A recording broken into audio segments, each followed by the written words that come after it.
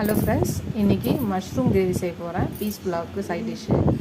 Gravy வந்து இது சப்பாத்திக்கு தொட்டுக்கலாம், இல்லை ரைஸ்க்கு இந்த மாதிரி புலாவ் இது மாதிரிக்கும் தொட்டுக்கலாம். இதுக்கு என்னென்னா வெங்காயம், தக்காளி, இஞ்சி, பூண்டு இதுவரையும் அரைச்சி வச்சுருக்கேன். இந்த விழுது இப்போ கடாயில் எண்ணெய் ஊற்றிருக்கேன்.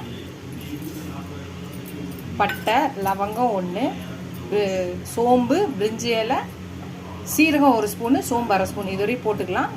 1 spoon red chilli powder, 1 spoon தனியா பவுடர், 1/4 ஸ்பூன் மஞ்சத்தூள், 1 ஸ்பூன் கரம் மசாலா, அரைச்ச வெங்காயம், தக்காளி, இஞ்சி, பூண்டு பேஸ்ட்டு எல்லாத்தையும் போட்டு எல்லாத்தையும் மிக்ஸ் பண்ணிக்கலாம்.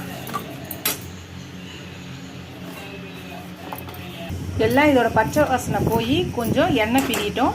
அது வரையும் மூடி வைக்கலாம். மூடி வைக்கிறதுக்குள்ள சப்போஸ் நீங்கள் மஷ்ரூமை அறியாது இருந்தீங்கன்னா அந்த நேரத்தில் அரிஞ்சு வச்சுக்கலாம். தேவையான உப்பு போட்டுக்கலாம். எண்ணெய் பிரிஞ்சு வந்துருச்சு. மஷ்ரூமை போட்டுக்கலாம், வேகட்டும். எல்லாத்தையும் போட்டு மூடி வச்சிடலாம். மஷ்ரூம் வெந்து